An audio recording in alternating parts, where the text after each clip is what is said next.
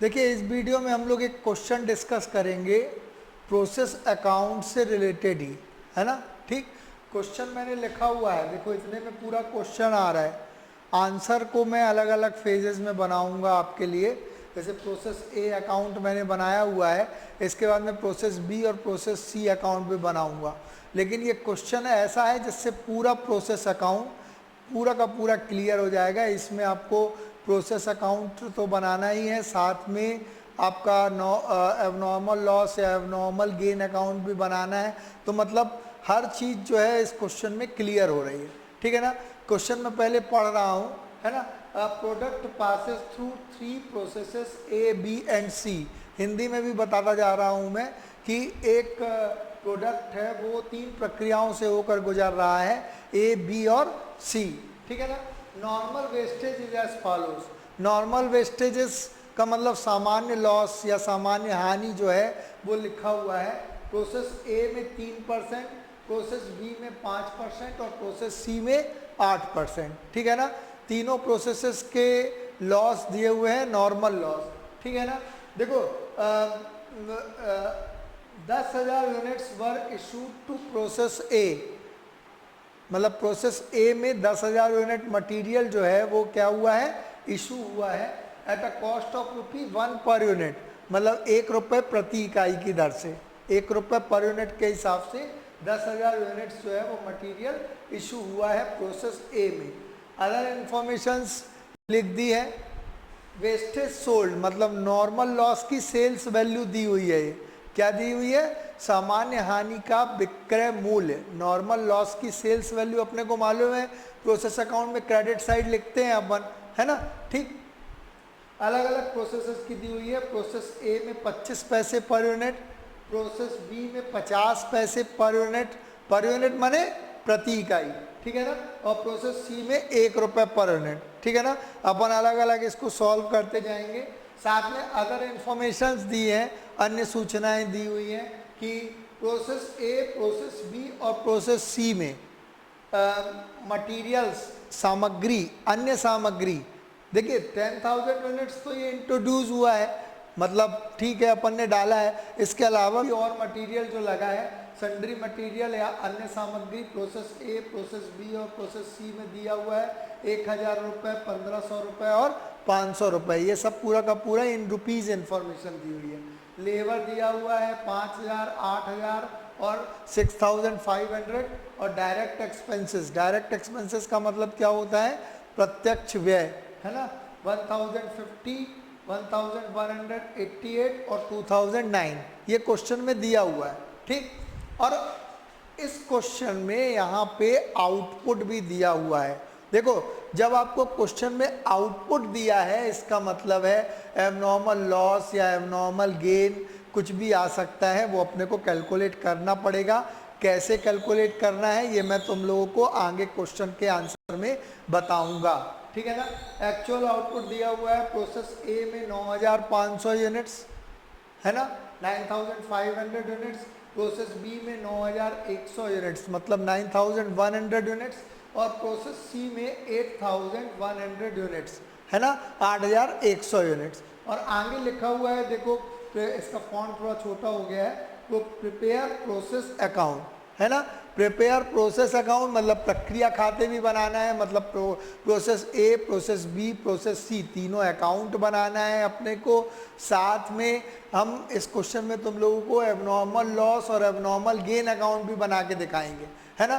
तो इस प्रकार से पूरा का पूरा क्वेश्चन जो है वो अपना क्लियर हो जाएगा, ठीक है ना। तो यहाँ पे देखो एक चीज़ है, प्रोसेस ए अकाउंट मैंने अभी आप लोगों के लिए बनाया हुआ है, ठीक है ना।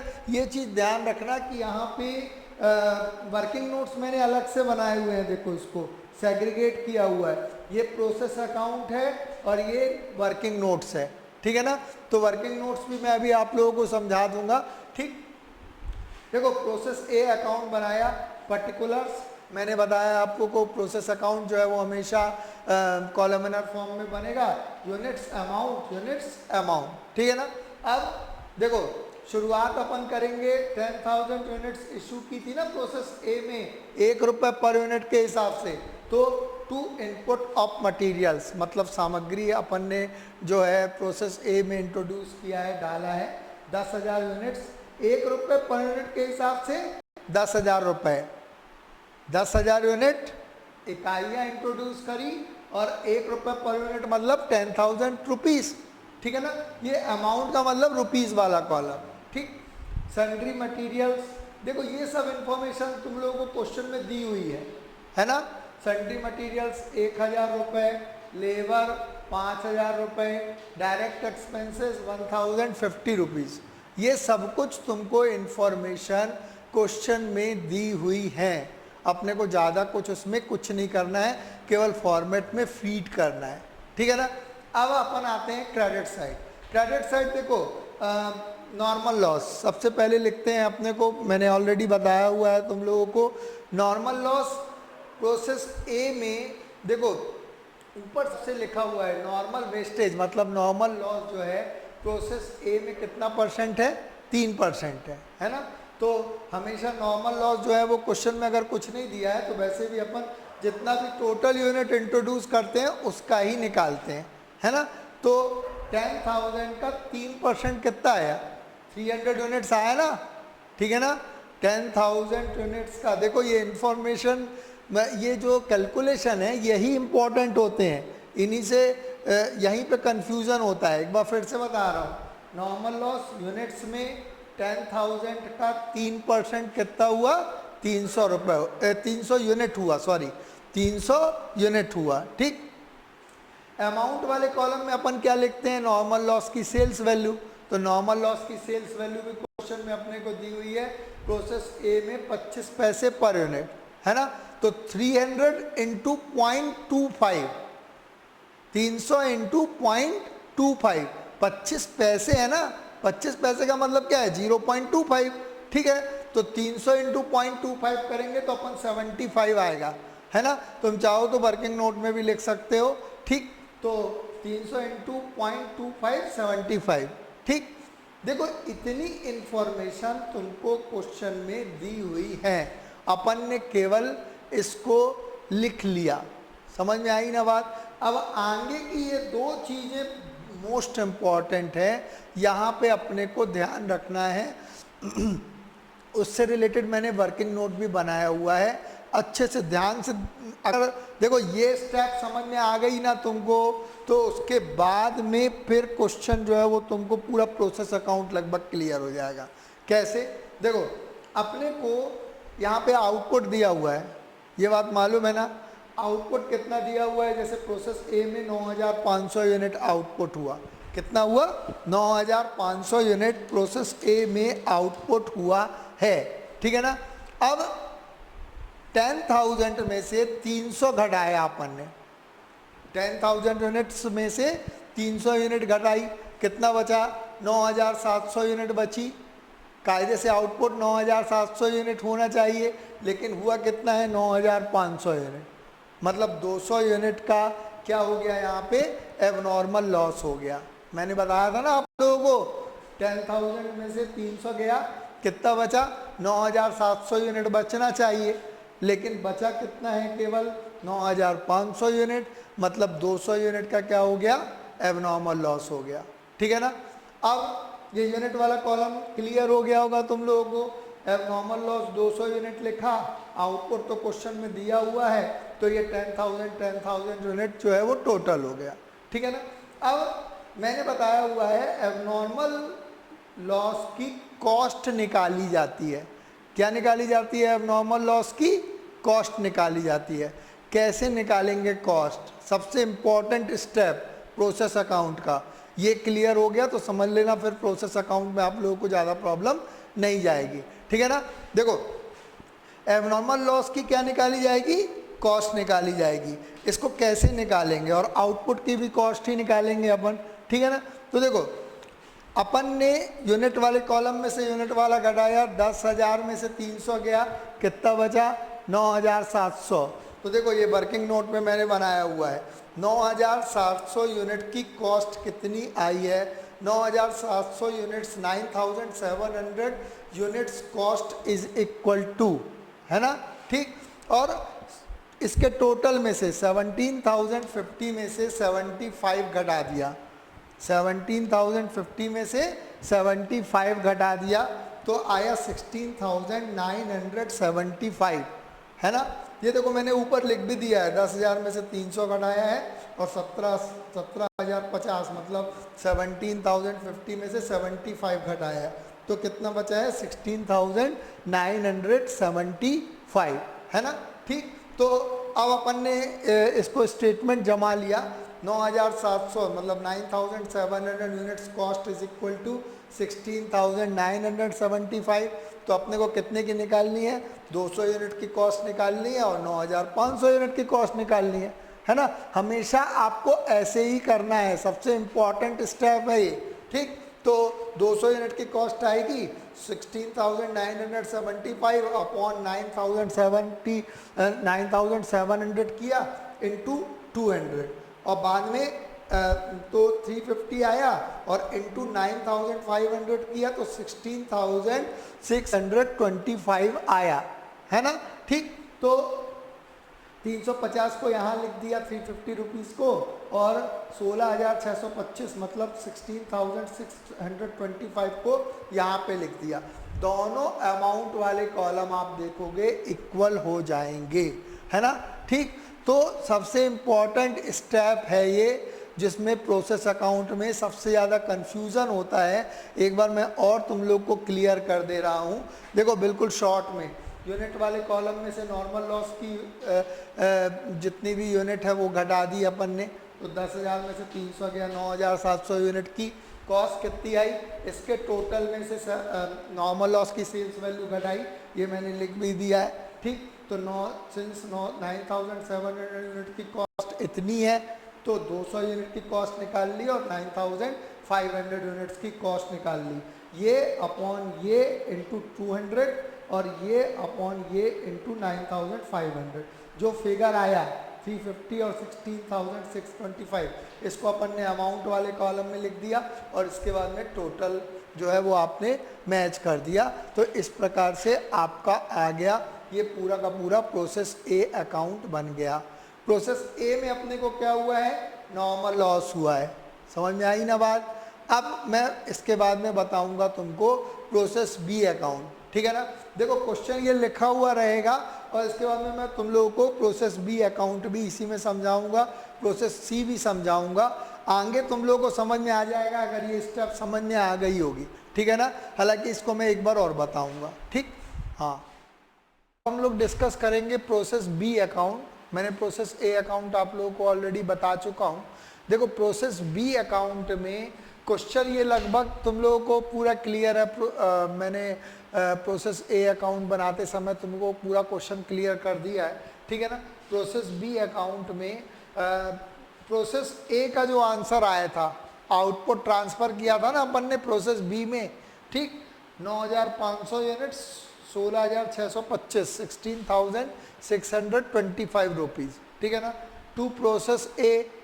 इसके बाद में प्रोसेस बी के जितने भी मटेरियल्स है, लेबर है और डायरेक्ट एक्सपेंसेस है ना।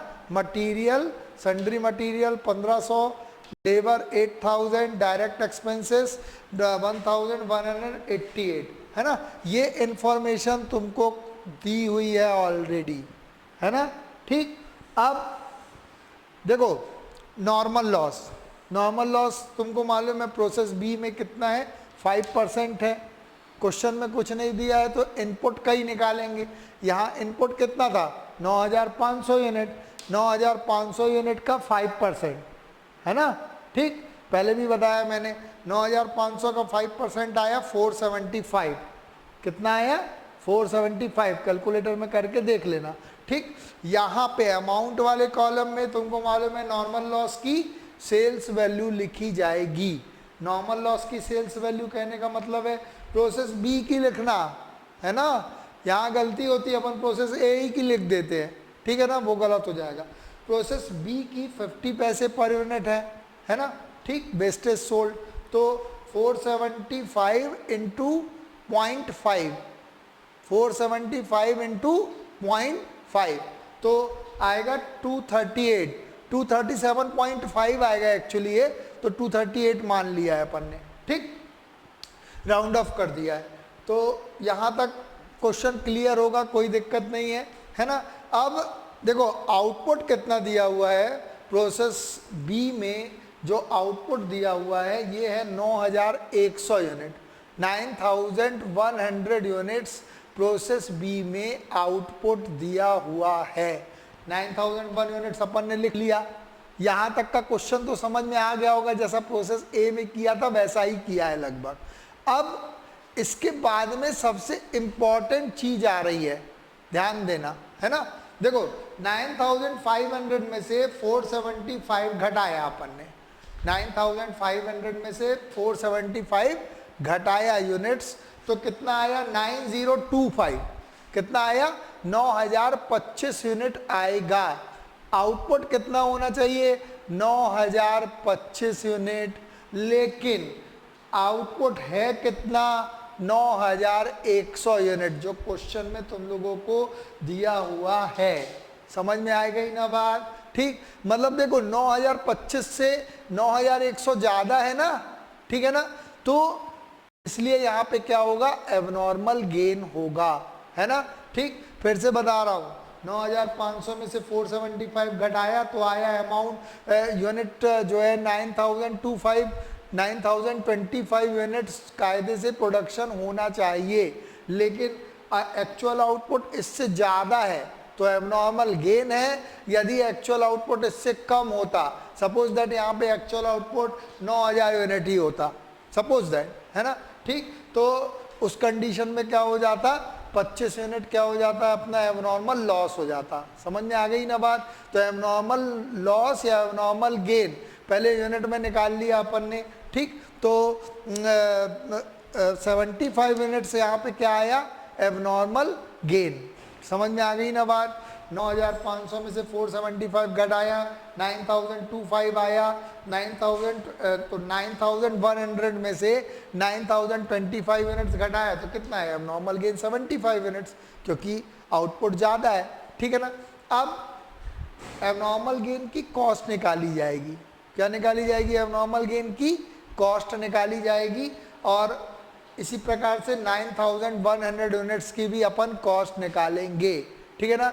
जैसा मैंने तुम लोगों को अभी प्रोसेस ए में भी बताया था, एक बार फिर से देख लेना, इसका वर्किंग नोट मैंने बनाया हुआ है। बिल्कुल वही प्रोसीजर है और वही प्रोसीजर आपको फॉलो करनी है। 9500 में से 475 घटाया तो 9025 यूनिट की कॉस्ट कितनी है। देखो यहाँ इसका टोटल मत कर देना, ये बाद में आया है बैलेंसिंग फिगर, ये इसकी बात कर रहा हूँ बस। मतलब 16625 प्लस 1500 प्लस 8000 प्लस 1188, इनके टोटल में से, इनका टोटल वैसे मैंने यहाँ लिखा हुआ है, तुम लोग कैलकुलेटर में करके देख लेना, 27,313 आएगा, है ना, माइनस किया 238 नॉर्मल लॉस की सेल्स वैल्यू, ठीक है ना। तो ये आया 27,075। अब इसके बाद में स्टेटमेंट अपन ने जमा लिया, 9025 यूनिट्स की कॉस्ट है 27,075, देयरफॉर 75 यूनिट की कॉस्ट कितनी आएगी, ये अपॉन ये इंटू 75 तो 225 आई, और 9100 यूनिट की कॉस्ट कितनी आएगी, ये अपॉन ये मैंने किया हुआ है इंटू 9100 तो 27,300 आई, ठीक है ना। और इनको 225 यूनिट्स क्या आया एबनॉर्मल गेन की कॉस्ट आई है ना, तो इसको यहाँ पे लिख दिया, बाद में सबसे लास्ट स्टेप रहेगा, और 27,300 इसकी कॉस्ट है तो इसको यहाँ पे लिख दिया, और बाद में जब टोटल करोगे तो दोनों साइड के टोटल्स क्या हो जाएंगे इक्वल हो जाएंगे। समझ में आ गई ना बात। तो ये था प्रोसेस बी अकाउंट।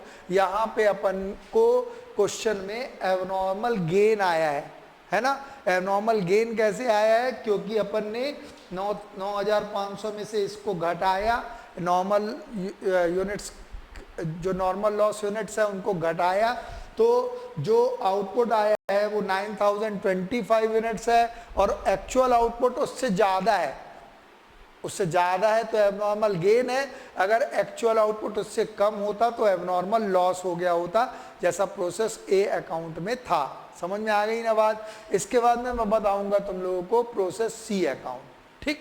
हाँ, स्टार्ट करेंगे प्रोसेस सी अकाउंट, है ना। प्रोसेस सी अकाउंट में कुछ नया नहीं है, जो ऑलरेडी मैं बता चुका हूँ वही चीज़ है।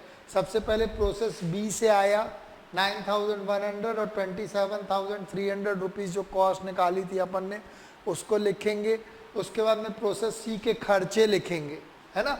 खर्चे प्रोसेस सी के ऑलरेडी आपको दिए हुए हैं 500, 6,500 और 2009, ये क्वेश्चन में दिए हुए हैं, है ना। अब नॉर्मल लॉस तुमको मालूम है 9,100 का कितना परसेंट, 8% है। मैंने यहाँ लिख भी दिया है, तो कितना आया 728 यूनिट्स। समझ में आई ना बात, कैलकुलेटर में करके देख लेना, ठीक है ना। और यहाँ पे नॉर्मल लॉस की सेल्स वैल्यू कितनी है, 1 रुपये पर यूनिट है। तो प्रोसेस सी की 728 की, 1 रुपये पर यूनिट के हिसाब से 728 रुपीज़ आ गया, है ना। यहाँ तक का क्वेश्चन तो तुमने कर लिया, खाली फॉर्मेटिंग है ना। अब अपने को मेन इंपॉर्टेंट चीज़ क्या निकालना है, एबनॉर्मल गेन हुआ है क्या या एबनॉर्मल लॉस हुआ है क्या, ठीक है ना। तो 9,100 में से 728 घटाया तुमने, ठीक है ना। तो यहाँ पे देखो मैंने घटाया हुआ है 8,372 यूनिट्स आया है, 8,372 यूनिट आया है। और एक्चुअल आउटपुट कितना है, क्वेश्चन में दिया हुआ है तुमको 8,100 यूनिट्स आना चाहिए। 8,372 यूनिट्स कम आया है ना, एक्चुअल आउटपुट कम है, 8,001 यूनिट है, इसलिए यहाँ पे क्या हो गया है, नॉर्मल लॉस हो गया फिर से, ठीक है ना।